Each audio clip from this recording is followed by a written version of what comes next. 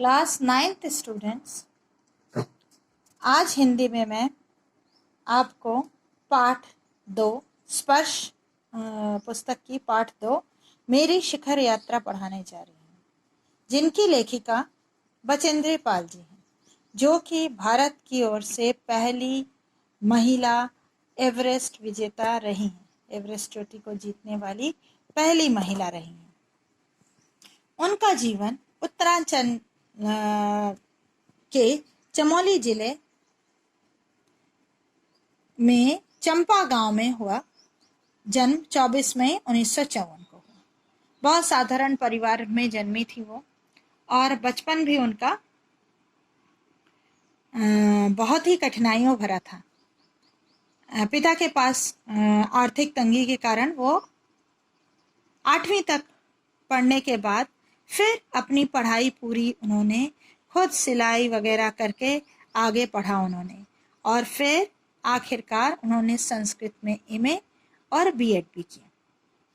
बचेंद्री पाल बचपन में जब पहाड़ चढ़ने का उन्हें शौक था और पहाड़ियां चढ़ती थी वो, तो उनके बड़े भाई उन्हें रोकते थे और उनसे 6 साल छोटे भाई को चढ़ने के लिए उकसाते थे। ये बात बचेंद्री पाल को बहुत बुरी लगती थी कि वो लड़की है तो इतनी कमजोर तो नहीं कि वो ये काम ना कर सके। लेकिन उनके जीवन में ऐसा आया कि उनका पहाड़ चढ़ना कभी रुका नहीं, क्योंकि उन लोग कुछ महीने एक गांव में रहते थे ऊंचाई पर, और कुछ महीने नीचे तराई में रहते थे।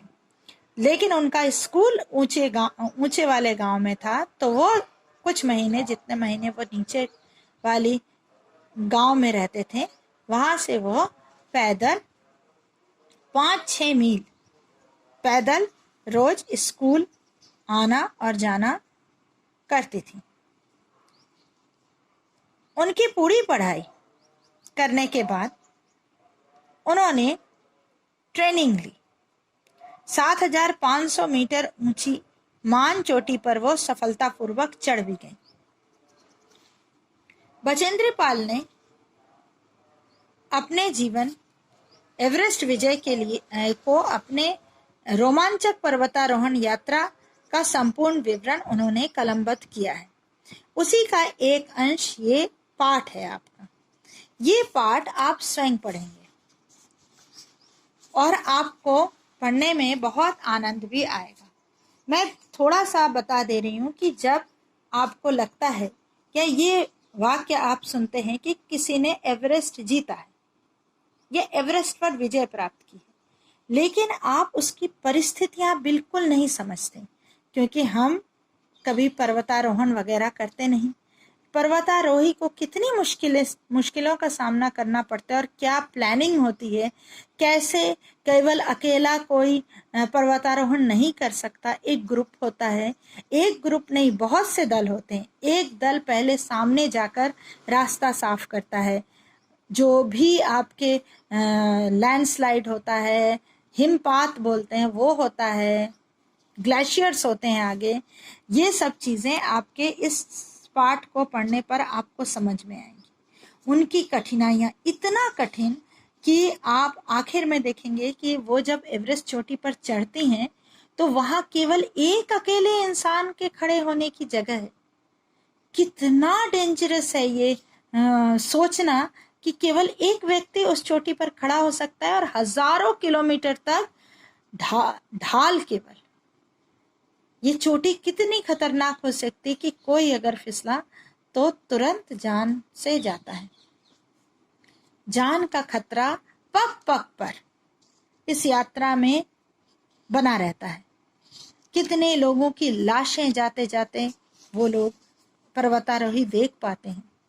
ये सारी रोमांचक बातें और उन सब परिस्थितियों से कैसे जूझ कर कोई एवरेस्ट की चढ़ाई चढ़ता है और उस पर विजय प्राप्त करता है, और एक लड़की होकर, जिस जमाने में लड़कियां ये काम नहीं करती थी। उसके बाद तो बचेंद्री पाल को देखकर बहुत सी लड़कियां इंस्पायर हुई और उन्होंने चढ़ाई भी चढ़ी। इवन एक तो डिसेबल लड़की ने भी, जिसने पैर खो दिया था, उसने भी एवरेस्ट विजय प्राप्त की। कैसे टोली बना के चढ़ा जाता है, कैसे ऑक्सीजन बिना चढ़ा जाता है।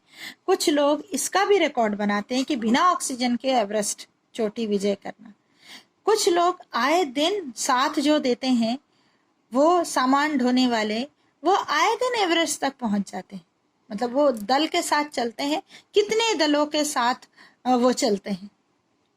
लेकिन ये रिकॉर्ड्स वगैरह जो बनाते हैं, उनका नाम ही पुस्तकों में दर्ज रहता है। वह गुमनामी की अंधेरों में रहते हैं जो साथ देते हैं। ऐसे बहुत सी चीजें, नई चीजें आपको इस चैप्टर में सीखने मिलेंगी। कृपया मेरा रिक्वेस्ट है कि आप इस चैप्टर की एक एक लाइन जरूर पढ़ें। हम पैराग्राफ वाइज रीड करके, केवल रीडिंग होगी वो, क्योंकि समझने को कुछ नहीं है इसमें, समझाने को कुछ नहीं है। आप आसानी से इस चैप्टर को समझ जाएंगे। आप स्वयं रीड करें और फिर अगर ना समझ में आए तो आप मुझसे प्रश्न कर सकते हैं।